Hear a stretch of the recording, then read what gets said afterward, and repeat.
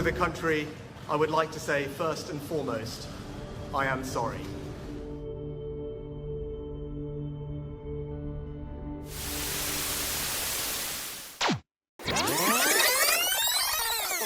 But all is not lost. Farage Nigel Paul, Reform UK, 21,225. I promise that I will do my absolute best as a Member of Parliament. Believe me, folks, this is just the first step of something that is going to stun all of you. Thank you very much.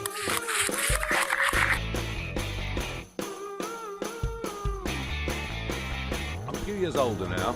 There are 5 of us. Luckily, Lee knows where we're going. Otherwise, we would be completely and utterly lost. If anything goes wrong today, it's down to Lee Anderson.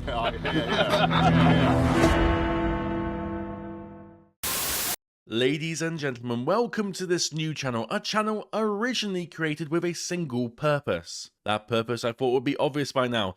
It was to document through the power of taking the piss the rise and the inevitable fall of this new communist, new Labour government. But I realised when constructing the ideas for this channel that, this could be so much more. So while my focus will be on the negatives that this new era will inevitably bring, which no doubt includes the non-stop overuse of left-wing propaganda that most people probably won't even notice while they nod along like sheepdogs to the various destructive policies that this government delivers. Boy, that escalated quickly. Not that I'm biased, of course. But I also want to bring to light the potential good. Things that could make things better in the long run, but also give a home to the, no doubt, excess of memeable moments. Guided this alliance through one of the most consequential periods in its history. I realize I was talking to your wife. What did he say? I was talking to your wife. I was talking to your wife. I was talking to your wife. Are you serious? Now, as you will see in the rest of this video, a lot of the time I will be relaying information to you that you may not have seen because you actually have lives and can't be concerned with such things all the time. Or perhaps you are overseas and not sure what on earth is going on over here. Either way, that's where my helpful commentary will come into it. So with that in mind, let me introduce you to this channel with a collection of items, a small amuse-bouche, as some would say. Well, that was in French.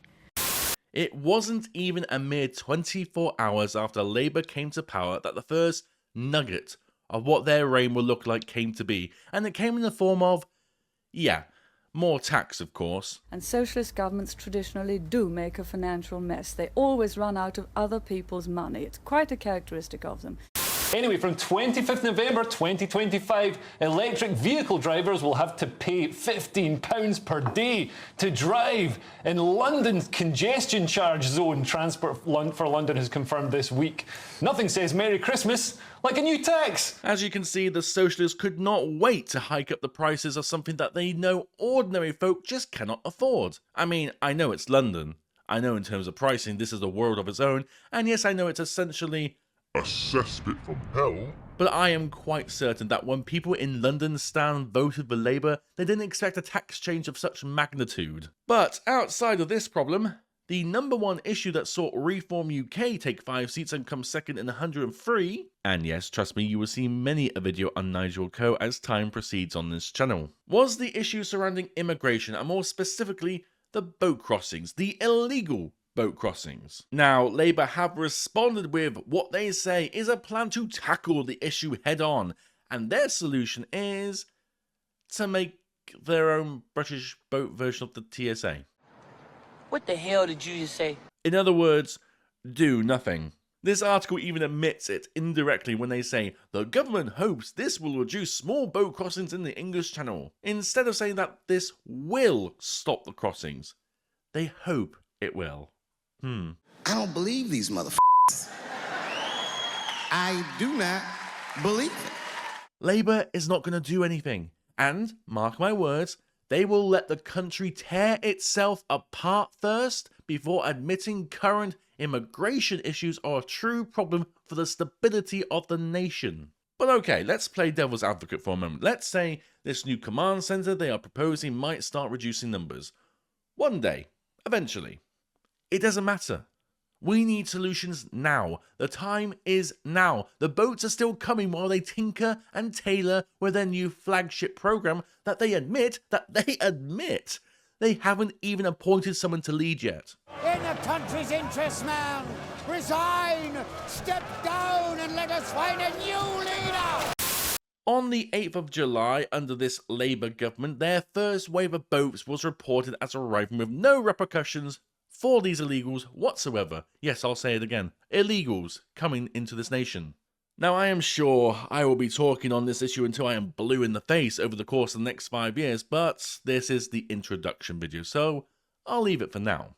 Instead, let's turn to what will be starting up again from the 17th of July, Prime Minister's Questions. For those who don't know, this is a weekly segment in UK politics where members of Parliament can put questions to the Prime Minister, usually to either get his backing over an issue or to condemn the PM and their government for an unfavourable policy. But to be honest, sometimes this charade is as useful as Charlie's bowling skills. However, this week is a little special, as it's a special session of Parliament, the beginning of swearing in MPs, and it's the inaugural appearance of one Nigel Farage MP. And of course, he got a very welcomed reception when speaking. I now call the leader of Reform UK, Nigel Farage. When you swear in new MPs to Parliament, this is a process that usually involves swearing allegiance to the reigning monarch. I'll talk about that in just a moment. But good old Nige had to come out shooting in his first 60-second address to the Parliament. Mr. Speaker-elect, thank you very much indeed. We are the new kids on the block. We have no experience in this Parliament whatsoever, even though some of us have tried many times over the years previously to get here. So we can't judge you from working in this place, but we can judge you from the way the outside world sees you. And I don't just mean the United Kingdom, I mean the world, because Prime Minister's Questions time is global box office politics. Yeah, and quite frankly, the only reason Prime Minister's Questions is still televised is for that very reason Nigel has said. You act with great neutrality, that you have brought tremendous dignity to the role as Speaker, so we absolutely endorse you entirely for this job. And it is, I must say, in marked contrast to the little man that was there before you and besmirched the office so dreadfully, in doing his best to overturn the biggest democratic result in the history of the country. We support you, sir, fully. Also, for those not in the know, John Bercow was the previous Speaker to the new one we have here in the House of Commons. Essentially, the Speaker's role is about, well, it's about being an overpaid teacher. I think that's the best way of saying it. Telling the naughty, childish MPs when they can speak and how to behave whilst addressing the chamber. It's quite tedious. John Bercow, put simply, was an awful speaker. He flouted the rules, gave preferential treatment to people he liked, all when the speaker's position is meant to be impartial, or at least appear impartial. He's a liar. So to take a jab at him on Farage's first day certainly sets the tone for the next 5 years. Now, going back to the act of swearing MPs into Parliament, this happens after every election and it's usually done with grace. However, this year, one MP, a Labour one of course, decided to use it as a childish attempt to attack the monarchy. I take this oath under protest and in the hope that one day my fellow citizens will democratically decide to live in a republic. Until that time, I do solemnly, sincerely and truly declare and affirm that I will be faithful and bear true allegiance to His Majesty King Charles according to law. You little piece of dribble piss! For anyone watching this video, I'm not interested if you support the monarchy or not. It's not about that. It's about respect and knowing the right time and place to do something. He did this thinking it was clever, thinking he would go viral and sensationalize himself. Well, he did. Just not the way he wanted. He has been elected as an MP under His Majesty's government. Remember that. It's His Majesty's government. You swear true allegiance or you don't stand as an MP. Simple as that. Debate the merits or demerits of a republic in the course of your term, not when you are being sworn in. Anyway, I think that is a decent introduction video to this channel. Going forward, each video will be issue specific. In other words, I won't be mentioning multiple things like I've just done in this video. I will cover international issues as I alluded to earlier, so expect some American politics and maybe the odd, Eastern issue too. But either way, until then, take care and God bless.